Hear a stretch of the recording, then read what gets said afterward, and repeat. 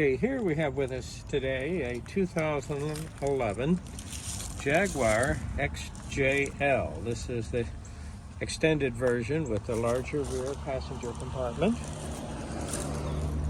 kind of the limousine. And this is the Supercharged 5-liter V8, and this actually is the high-pressure direct injection. So what happens is that I'm actually delivering the fuel. I actually have two cam-actuated high-pressure fuel pumps, and they have their own special cam and separate sprocket and chain going to the crankshaft. So my high-pressure fuel pumps are hiding down here on the right side of the engine. Here I'm coming up to my manifold, and there I'm supplying the high-pressure fuel to the two fuel rails, obviously one on each side of the engine, and we have 8 direct injectors injecting the fuel directly into the combustion chamber. And I believe what happens is about 2,150 pounds. So that is the fuel pressure, and of course that's varied based on operating conditions. There's actually a solenoid on each pump that allows the powertrain control module to adjust the fuel rail pressure as needed. I have coil on plug. Now this is just a foam insulator, and our engine beauty cover has been removed. Here we see our 2 camshaft actuators. These are the actuators that are going to adjust the hydraulic valve there within the cam sprocket to change its relationship to the cam, to vary the valve timing for both the intake and the exhaust. Of course, we recognize this as our oil filter cover. And here we see the aftercoolers for the Roots blower. The Roots blower is driven through this belt there on the front of the engine. I do have a flexible coupling in here that sometimes makes noise. There, under certain operating conditions, it may be necessary for me to just simply bypass the Roots blower, and I can do that with this vacuum actuator. Now, I have 2 air cleaners, one on each side, here on the right and an identical one on the left. There's my airflow meters. This is my ductwork coming into the throttle body. Here's my throttle body actuator. So obviously this is going to the input of the Roots blower. The discharge of the Roots blower is directed to these 2 aftercoolers and then to the intake port.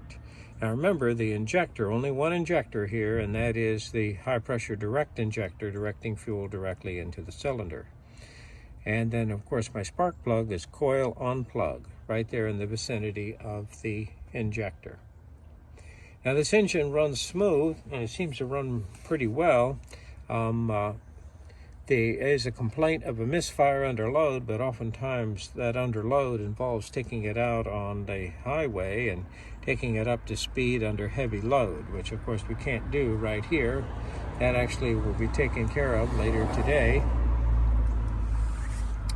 The Jaguar engine is known for its coolant leaks, and this was very carefully pressure tested this morning and passed with flying colors. So I do not have a coolant leak.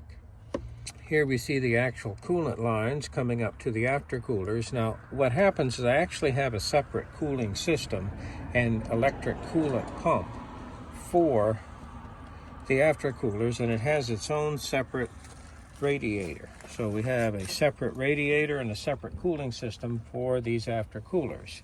However, it shares the same reservoir with the engine cooling system. Now keep in mind, I'm sharing the same reservoir, but the coolant that circulates through the aftercoolers is not at the same temperature as the coolant that's circulating here through the engine. It's much, much cooler. In fact, I'd like to get it as cold as possible, close to ambient temperature as I positively could.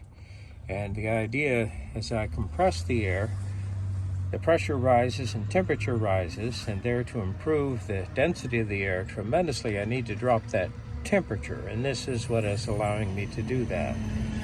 Okay, let's see here. This is a clean car, and certainly it feels good there on the highway, driving it, of course not under load, so we'll find out here under load to see if we can recreate that misfire underload and then evaluate the problem and a solution. Probably what we're going to be doing is replacing the spark plugs with the NGK, platinum iridium, and then any obvious cylinder that's a misfire underload offender that's called up by our powertrain control module. We oftentimes just put a new ignition coil on that cylinder. Why not replace all of them? Well, the ignition coils are rather expensive, so we're just looking for the problem child and see if that helps us. Now, a high pressure injector is rather expensive and is somewhat involved removing it, but hopefully that's not going to be a problem to us, but if it is, we'll have to deal with it. Now, on this Jaguar, the front struts are just strictly springs, so I have springs, no airbag on the front. Alrighty, now of course, obviously in any used car, one very important aspect of it is the interior. And this interior is in pretty good shape. Got a few little flaws here and there. I have the suede headliner. One of the problems that we have is that this oftentimes gets worn out right here. It depends on how much people use it. Some people are using the sun visor in the mirror every day, and some people never touch it. So obviously this one is in pretty good shape. However, I think we did replace these. As a matter of fact, got used ones. The glass is in excellent condition. There's no cracks or marks on the windshield. The dashboard looks to be in excellent condition. Everything basically seems to be functional, so this is going to make a nice used car. Sometimes some of these accessories here, like the covers for the cup holder, have a tendency to get torn up, but these are in very good shape. So it all looks pretty good.